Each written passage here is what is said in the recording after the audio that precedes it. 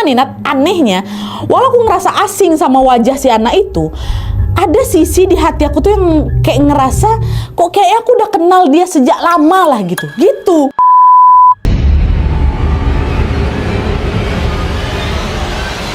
Oke, jadi kisah malam ini dikirim sama wak kita yang bernama Benny dari Gorontalo. Halo Mas Benny. Nah, kisah horor ini wak bermula ketika orang tuanya Benny tinggal di rumah kakek neneknya yang bernama kakek Dula dan juga nenek Ria wak. Jadi ceritanya sejak kecil Benny ini adalah cucu kesayangannya kakek Dula. Pas usianya baru 3 tahun, kakek Dula ini selalu menggendong, selalu nemenin Benny kemanapun dia pergi. Sampai mama aku tuh sering gak kebagian giliran untuk ngurusin aku loh. Nah, itu diurus semua sama kakek aku. Tapi sayangnya kebersamaan itu tidak bertahan lama wak, karena di saat Benny berusia 4 tahun kakek Dula meninggal dunia karena faktor usia.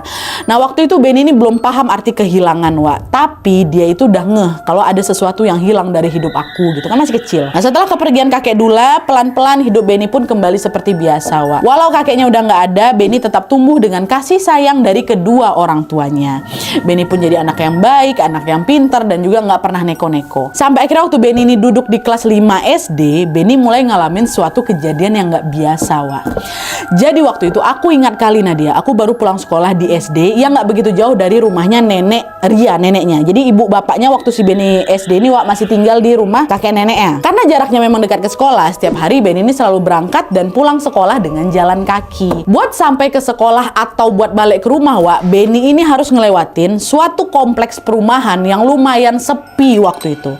Sebenarnya penghuninya itu ada Nadia, perumahan itu tuh ada penghuninya, tapi mungkin karena mereka ini jarang keluar, si penghuni-penghuni jarang keluar, jadi area komplek tuh kelihatan sepi. Nah, setiap kali lewat sana aku selalu merinding kan katanya, makanya dia ini sering lari gitu supaya bisa cepat keluar dari area perumahan itu. Tapi meskipun harus lari-larian, Ben ini nggak pernah ngalamin kejadian-kejadian aneh. Dia masih biasa-biasa aja, Wak. Mungkin karena aku parno sendiri waktu itu Nadia. Dan hal itu pun terus berlanjut, sampailah di suatu hari Ben ini nggak langsung pulang Wak, karena dia lagi main sama kawan-kawannya di sekolah. Saking asiknya main, Benny baru sadar kalau hari udah sore, langit udah mulai gelap nih. Was-was si Benny kan, aduh kayak mana nih, udah mau maghrib, mana aku harus lewat perumahan itu lagi ya kan. Tapi karena nggak ada rute lain, ya udah mau nggak mau Benny pun tetap lewat sana supaya bisa pulang ke rumah. Dah jalan-jalan. Pas Benny lewat dekat perumahan itu, situasi di sana udah sepi lah, sepi macam biasa ya kan. Tapi karena langit itu makin gelap, Benny makin takut lah di situ. Dia mau lari nih supaya cepat sampai ke rumah. Nah, pas lagi lari ini, Benny dengar ada suara langkah kaki yang ngikutin dia dari belakang. Terus nggak lama, ada yang manggil aku, Nat. Benny, katanya gitu. Aku refleks lah nengok ke belakang. Dan ternyata yang manggil itu adalah anak perempuan seumur Benny, Wak. Benny ngebatin, siapa nih, kok dia tahu namaku? Aku nggak kenal muka dia, nggak pernah lihat aku di daerah sini gitu kan. Cuma nih Nat, anehnya, walau aku ngerasa asing sama wajah si anak itu, ada sisi di hati aku tuh yang kayak ngerasa kok kayaknya aku udah kenal dia sejak lama lah gitu. Ini kayaknya aku udah kenal dia lama, tapi kok siapa kayak gitu. Dan anak perempuan ini langsung ngelurin tangan, Wak, mau ngajak kenalan. Dia bilang, halo Benny, aku Atia katanya. Di situ Benny nggak langsung nyaut deh. Hah? Atia, kayak aku baru dengar lah nama Atia. Tapi kayak aku udah kenal lama sama anak ini, siapa gitu kan. Tapi karena si Atia ini kelihatannya baik, akhirnya Benny juga ikutan kenalan diri. Oh iya, aku Benny, kata si Benny kan. Nah, setelah kenalan dah, mereka pun jalan bareng lah ini, Wak, sambil sesekali ngobrol ringan tuh. Kamu udah pulang sekolah ya, kayak gitu diajak ngobrol sebiasa itu. Atia nggak ada seram-seram sama sekali. Nah, jalan. Nah, pas udah sampai di gerbang kompleksnya, gerbang pintu masuk komplek, mereka pisah tuh, Wak, karena Benny akan jalan keluar menuju ke rumah, sementara Atia masuk lagi ke dalam kompleks ya kan. Di situ Benny mikir, oh kayak rumahnya si Atia itu memang di kompleks perumahan inilah gitu. Ya Benny lanjutlah lagi jalan tuh sampai rumah. Atia udah berpisah lah itu dekat gerbang kan. Udah nyampe di rumah, Benny langsung ganti baju, beraktivitas seperti biasa, dan malamnya tidur nyenyak. Dah nih. Keesokan harinya Benny berangkat dan pulang sekolah seperti biasa, Wak. Dan pas lewat perumahan itu, lagi-lagi Benny ketemu lagi, Wak, sama Atia. Sama juga kayak kemarin, siang itu Atia kembali nemenin Benny jalan kaki sampai ke gerbang kompleks. Terus Benny lanjut, Atia masuk kompleks lagi. Dan gak cuma itu aja, di hari-hari berikutnya Atia ini selalu nemenin si Benny ini jalan kaki, Wak. Saking seringnya aku ditemenin Adia, aku udah gak takut lagi untuk lewat di sana. Udah gak pernah lari-larian lagi aku lewat sana. Orang ditemenin sama si Atia kok. Dan dari kebiasaan itu juga, pertemanan Benny dan dan Atia ini pun makin akrab, Wak. Tapi dari kebiasaan itu ada satu hal yang gak pernah berubah. Tiap nyampe di gerbang, Atia selalu masuk ke perumahan dan gak pernah mau keluar. Bahkan tiap kali Benny ini ngajak, ayo main ke rumah aku, kan udah lumayan akrab nih kan. Atia selalu nolak dengan jawaban juga yang sama. Aku gak bisa main sekarang, kapan-kapan aja lah ya, kayak gitu terus. Awalnya aku masih mikir kayak gini, Nat, mungkin dia ini gak boleh main jauh-jauh sama orang tuanya, sekarang juga anak perempuan gitu kan.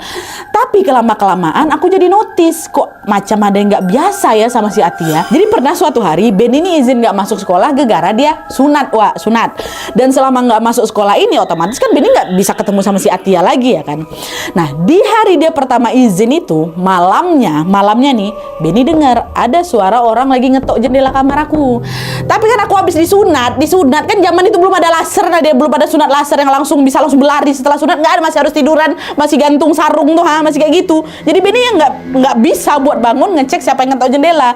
Aku tuh baringnya kayak gitu, tok ada yang ngetok jendela, dibiarin sama si Benny. Siapa yang lagi datang malam-malam kayak gini nih, orang ini nggak tahu apa aku baru disunat, gak bisa gerak aku. Makin aku biarkan, suara ketukan tuh makin kencang. Nah, dia sampai mama aku dengar. Mama aku lagi duduk di ruang tamu tuh, mama negor, Benny jangan main jendela, kan gue masih sakit.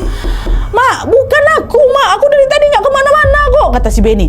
Akhirnya mama masuklah ke kamar, dia bukalah jendela itu buat ngecek siapa sih ngetok-ngetok kayak ini kan. Waktu dibuka, mama buka jendela, Benny ngeliat ada Atia, Wak, lagi di luar.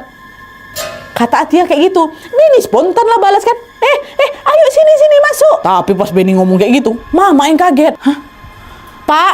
Pak, pindahin Benny ke kamar nenek sekarang, Pak. Cepat, Pak. Ngapa, Bu? Udah pindahin aja, nggak mau aku dia tidur di sini lagi, udah cepat pindahin. Kata mama tiba-tiba kayak gitu. Dengar itu bapak langsung lah buru-buru gendong si Benny keluar tanpa nanya lebih banyak lagi ya kan. Dah digendong aja aku keluar, Nat. Pas lagi digendong bapak ini, aku masih terus manggil si Atia. Atia masih berdiri di luar kok.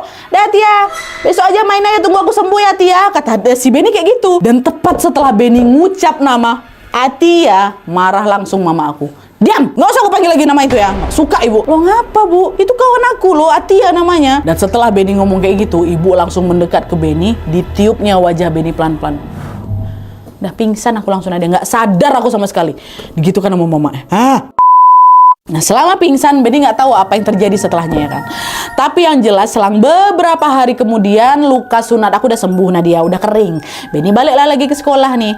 Dan seperti biasa, waktu lewat perumahan itu Benny ketemu lagi Atia dan Atia nemenin dia jalan kaki untuk keluar dari si perumahan itu. Kebiasaan itu terus berlanjut, Nadia, terus berlanjut dari 5 SD sampai kelas 6 SD sampai aku lulus SD. Nah, setelah lulus, Benny waktu itu disekolahkan di salah satu madrasah yang ada di kotanya, Wak. Dan sejak itu Benny sama sekali nggak pernah ketemu atau kontakan lagi sama Atia, udah nggak pernah. Emang kok nggak tahu Ben si Atia sekolah di mana waktu itu?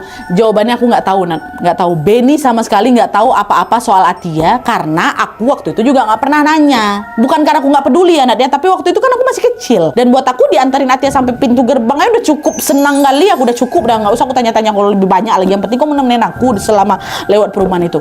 Udah, jadi dia lost kontak nih si madrasah, ya kan dia nggak akan lewat situ lagi kan, tinggal di madrasah kok. Lost kontak nih sama Atia, ya. Fast forward, Wak, saat Benny masuk SMA. Waktu aku udah masuk SMA, aku sama sekali belum pernah ketemu Atia lagi, Nadia. Pertemuan itu juga rasanya makin sulit karena selain Benny itu udah masuk SMA, orang tuanya Benny juga udah nggak tinggal di rumah nenek Ria lagi. Mereka udah pindah rumah, Wak, udah punya rumah sendiri. Kalaupun Benny main ke rumah neneknya, dia hampir nggak pernah lewat perumahan itu lagi. Karena kan kalau misalnya mau ke perumahan itu dia harus ke sekolah. Aku nggak ada kepentingan ke sekolah. Nggak ada juga saudara yang tinggal di perumahan itu, jadi udah nggak pernah lewat situ lagi. SMA dah nih, udah nggak pernah ketemu lagi. Makin nggak pernah ketemu Nadia. Setelah lulus SMA, Benny lanjut kerja, Wak, jadi barista di salah satu coffee shop yang ada di kotanya. Dan kebetulan coffee shop itu lokasinya nggak jauh dari SD aku dulu. Nah, waktu selama kerja di situ, aku barulah keingat, Nat, sama si Atia. Apa kabar si Atia ya? Sekarang dia udah kuliah atau kerja kayak aku ya? Kayak mana ya dia sekarang? Pasti dia cantik, kayak gitulah. Nah, karena dia kangen sama teman masa kecilnya, Benny pun akhirnya mutusin untuk ngelewatin perumahan tempat dia ketemu sama Atia dulu. Siapa tahu Atia masih tinggal di sana ya kan? Hari itu sepulang kerja, aku memang berencana buat nginap di rumah nenek aku. Sengaja waktu itu aku ke rumah nenek jalan kaki aja, Nadia, biar bisa bisa lewat perumahan tadi sambil berharap bisa ketemu sama Atia. Dah tuh Benny fokus kerja, baru selesai sekitar jam 10 malam nih, Wak. Di situ Benny sempat khawatir, bentar, udah jam 10 ini. Aman nggak ya aku lewat jam segini? Soalnya kan daerah tuh selalu sepi dulu. Tapi habis itu teman kerjanya bilang, udah tenang kau, perumahan tuh udah rame kok, udah nggak sesepi waktu dulu. Udah rame kali, aman, udah lampu udah di mana-mana kata gitu. Nah, karena informasi itulah Benny pun akhirnya berani lewat sana, Wak. Udah jalan kaki, udah selesai kerjaannya kan lewat. Pas dia nyampe area situ, ternyata area itu memang betul udah nggak sepi. Nah dia, udah rame lah gitu, ada security-nya pula kan. Udah Benny lanjut lagi jalan, nyusurin perumahan itulah sambil macam nostalgia masa-masa ditemani sama Atia gitu kan. Masa-masa aku belari-belari pulang sekolah, kayak gitu semua teringat gitu. Di sepanjang jalan, Benny ngebatin, kok aku kangen lah sama si Atia ini ya. Bisa nggak ya aku ketemu sama dia lagi? Aduh, semoga dia masih tinggal di sini lah ya. Semoga kebetulan dia lihat aku lewat. Karena cuma itu harapannya. Karena orang aku nggak tahu yang mana rumahnya. Nah, dia jalan sambil berharap, semoga lah kalau misalnya aku jodoh ketemu sama Atia, nampak nih Atia aku lewat gitu. Terus tiba-tiba dengar, Wak, suara perempuan manggilnya dari belakang. Benny, Benny gitu. Benny refleks lah nengok ke belakang kan. Dan disitulah dia lihat Atia, Wak. Atia lagi berdiri senyum ke arah si Benny. Ben, kayak gitu kan. Tapi yang bikin merinding itu, Wak, ternyata fisiknya Atia masih sama kayak yang Benny lihat waktu dia SD. Wajahnya Nadia, tubuhnya, sorot matanya, semuanya masih kayak anak kecil yang sama sekali gak berubah, Wak. Siapa nggak merinding aku di situ, Nat? Belum reda rasa takut itu, Benny ini kembali dibuat shock karena badannya Atia tiba-tiba luruh, Nat, luruh ke tanah macam gitu, menghilang tanpa jejak. Bayangkan apa nggak lemas aku. Astagfirullahaladzim, astagfirullahaladzim. Itu Atia apa nggak? Macam mau pingsan rasanya aku di situ, Nat. Udahlah, itu fisik Atia kecil nggak bertubuh badannya, aku udah tegap, udah keren gini ya kan. Dia masih kayak anak kecil, udahnya luruh lagi dia ke lantai, ke tanah. Berlari, berlari nyampe lah rumah nenek kan. Nyampe di rumah nenek, Benny langsung masuk kamar, kunci pintu dan dia berusaha. Astaga, apa yang ku tengok tadi? Apa yang ku tengok? Nggak, ini pasti cuma hayalan aku, aku halusinasi nih. Aku halusinasi nih, terbayang-bayang sama aku mungkin ini. Nggak mungkin aku salah lihat itu. Tapi enggak, tapi itu senyata itu, Nat. Senyata itu dia dipertemukan lagi sama Atia, tapi betulnya kayak gitu. Nah, keesokan harinya Benny masih kebayang sama kejadian semalam. Itu tuh betulan apa bukan ya? Tapi masa sih dia tuh bukan manusia? Akhirnya di situ Benny nemuin ibu, Wak. Ibu lagi di rumah nenek juga. Dia bilang, diceritalah itu kan soal kejadian semalam, Bu. Kemarin aku nengok kawan lama aku waktu kecil, Bu, namanya Atia. Tapi anehnya dia nggak berubah, Bu. Tetap kayak anak kecil. Pokoknya diceritain itu semua sama si Benny kan. Jadi gini, Bu. Dengar itu, ibu cuma senyum aja, Wak. Nah, kau ingat nggak dulu habis sunat, kau pernah manggil nama Atia sambil nunjuk keluar jendela tuh? Ingat, Bu. Alih-alih menjawab, Wak, ibu malah ngajak Benny ke kamar almarhum kakekku Nadia yang udah lama dikunci.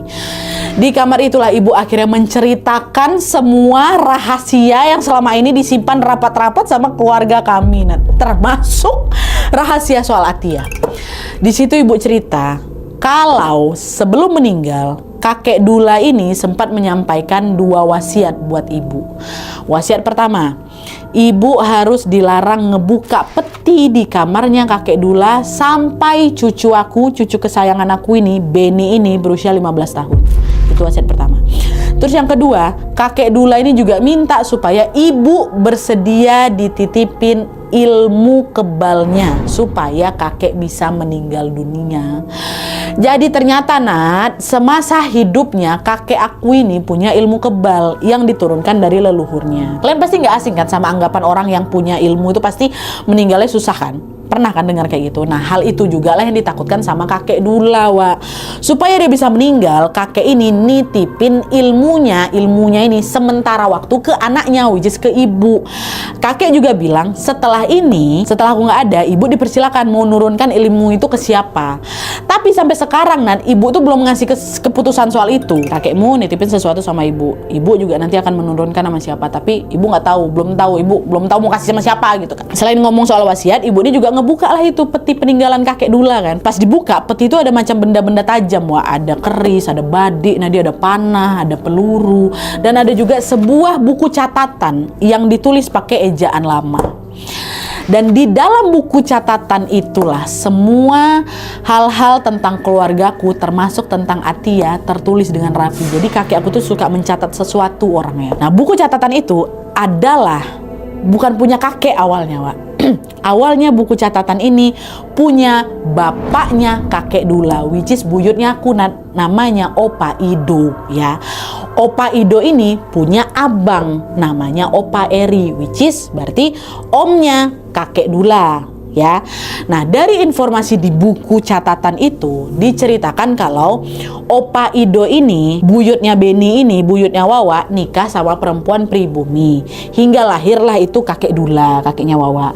Sementara Om Eri ini nikah sama wanita Belanda, Wak, dan dikaruniai seorang anak perempuan namanya Atia. Artinya Atia sama kakek Dula sepupuan. Oke. Kehidupan Opa Eri dan keluarganya semula berjalan baik-baik aja, Wak.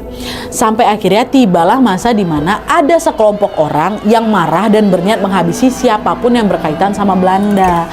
Nah, waktu itu Opa Eri ini ikut diburu. Karena apa? Karena dia nikah sama wanita Belanda kan. Entah kayak gimana pastinya, Wak, tapi suatu hari sekelompok itu menghabisi nyawanya Opa Eri dan juga istrinya yang berdarah Belanda. Tapi karena satu alasan, mereka ini ngebiarin Atia, anak mereka ini yang waktu itu masih berusia 9 tahun, supaya tetap hidup ya.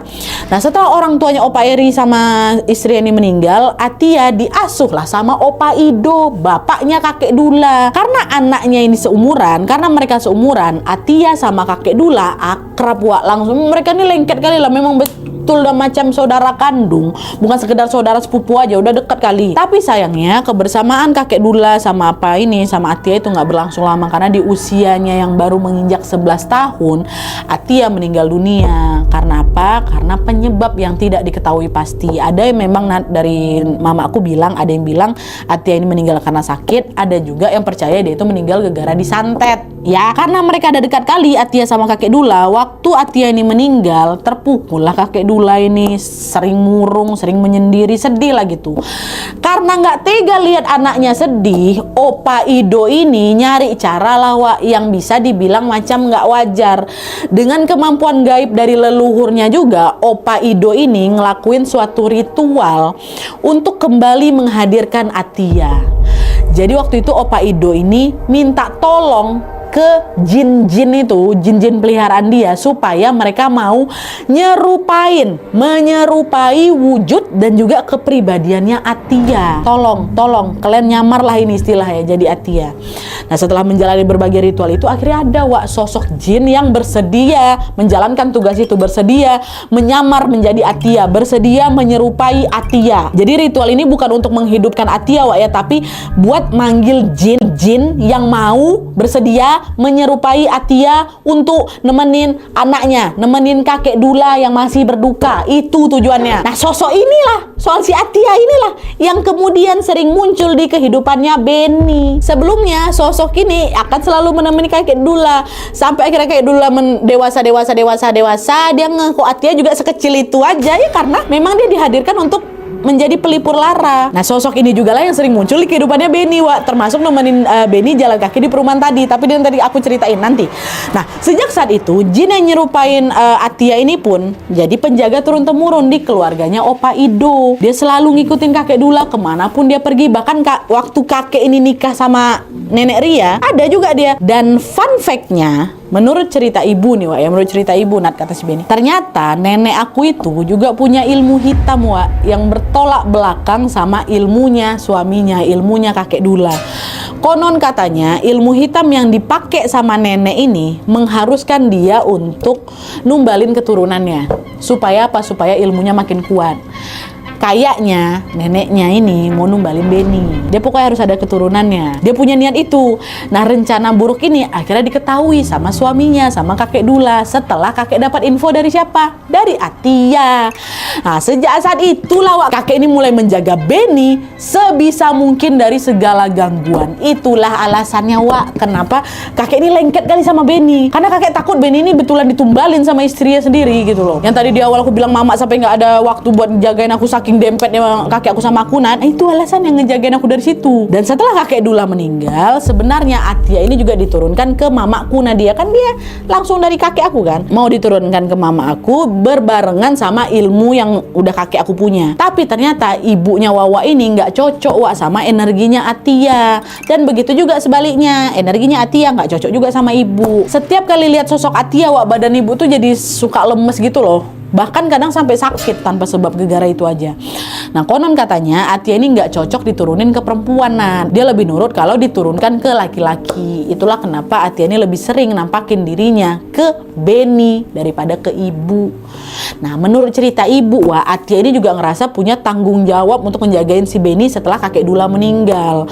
Karena itulah dia sering muncul, terutama waktu Beni lewat perumahan yang sepi tuh. Katanya di sana memang ada banyak kali makhluk halus yang mau gangguin Beni Wak, makanya Atia ini selalu muncul untuk ngejagain dia. Jadi bisa dibilang Atia ini sosok penjaga turun-temurun yang sama sekali nggak punya niat jahat Wak. Dan Atia ini juga cuma sekedar wujudnya aja, aslinya dia jin yang diminta, yang ordernya adalah tolong kesurupai Atia yang awalnya gegara tadi, sampailah berkelanjutan sampai sekarang. Nat, kalau misalnya Atia itu niatnya ngejagain, kenapa pas si Beni lulus SD Atia nggak pernah ngeliatin dirinya lagi? Jawabannya simpel Wak, waktu itu Atia ini ngerasa Beni udah aman, soalnya kan dia udah pindah dari rumah neneknya dia kan, nenek yang katanya sempat punya niat buruk sama si Beni kan udah pindah. Tapi waktu Beni ini dewasa dan dia ngelewat perumahan itu lagi, Atia muncul lagi karena dia ngerasa Beni dalam bahaya. Karena apa bahayanya? Itu bukan kayak gimana-gimana, itu tuh tempat tuh memang banyak makhluk halus, jadi dia cuma mau ngejaga kayak gitu aja gitu. Nah setelah dengar semua penjelasan ibu itu, aku dah lah. Oh berarti aku tengok tuh memang bukan Atia. Selama ini benar aku bukan Atia. Aku nggak bisa ngomong apa-apa lagi lah. Butuh waktu cukup lama Nat buat aku supaya aku bisa nerima kenyataan kalau ternyata selama ini Atia itu bukan manusia. Tapi anehnya nih Wak ya, justru setelah Beni ini mulai bisa berdamai, Atia malah makin sering nampakin dirinya bukan cuma ke Beni aja, tapi juga ke adik perempuan aku Nadia. Dia masih muda adik aku nih. Dia suka ngeliatin ke si adik aku ini. Sampai sekarang pun kata Beni, Atia masih sering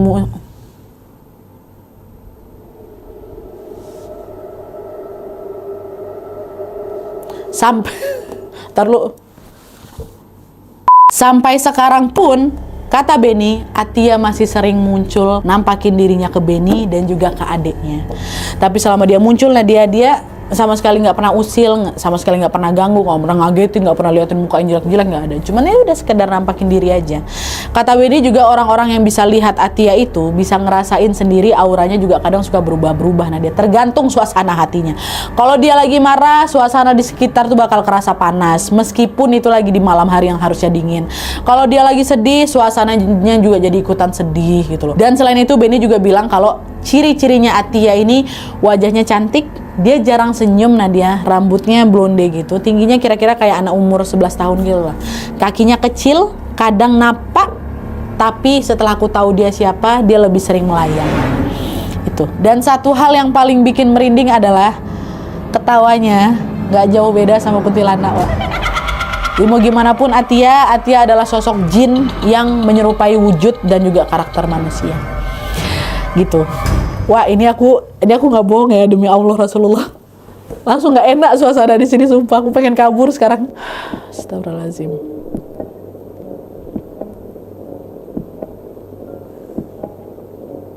Kita udah nyampe di KHW 300 ya. Nggak pernah aku kayak ini. For the first time. Ini KHW berapa sih Atia? 31 berapa? Tunggu, oke. Oke, dah. Oh ya, sebelum menutup cerita ini, ada tambahan informasi juga dari Beni kalau katanya neneknya sampai sekarang masih ada. Dan maaf, kondisinya udah cukup memprihatinkan. Ini kata Beni, usia nenek sekarang udah 100 tahun dan sering ngalamin sakit-sakitan pasti. Pihak keluargaku sempat curiga kayaknya nenek ini belum bisa meninggal karena masih punya pegangan lama itu atau ilmu yang belum sempat dia lepas atau belum bisa dia lepas. Tapi ya udah, semua itu cuman sebatas dugaan kami aja Nadia, karena nenek Ria sendiri nggak pernah betul-betul terbuka sama keluarganya gitu loh. Kami juga nggak pernah dapat cerita. Mama aku juga nggak pernah tahu padahal mamanya sendiri. Tapi nenek nggak mau cerita apa-apa gitu. Melalui video ini Beni juga minta didoakan Wak, semoga nenek Ria kembali sehat kalau Allah masih memberikan kesempatan untuk berumur panjang dan Dan kalau memang sudah waktunya nenek untuk kembali, semoga Allah Subhanahu wa taala mudahkan setiap prosesnya dan Allah berikan yang terbaik untuk nenek Ria. Kita doakan juga semoga keluarga Beni bisa dilapangkan hatinya untuk menerima semua takdir yang Allah berikan kepada mereka semua. Amin ya robbal alamin. Oke. Wah, ayo sudah oke.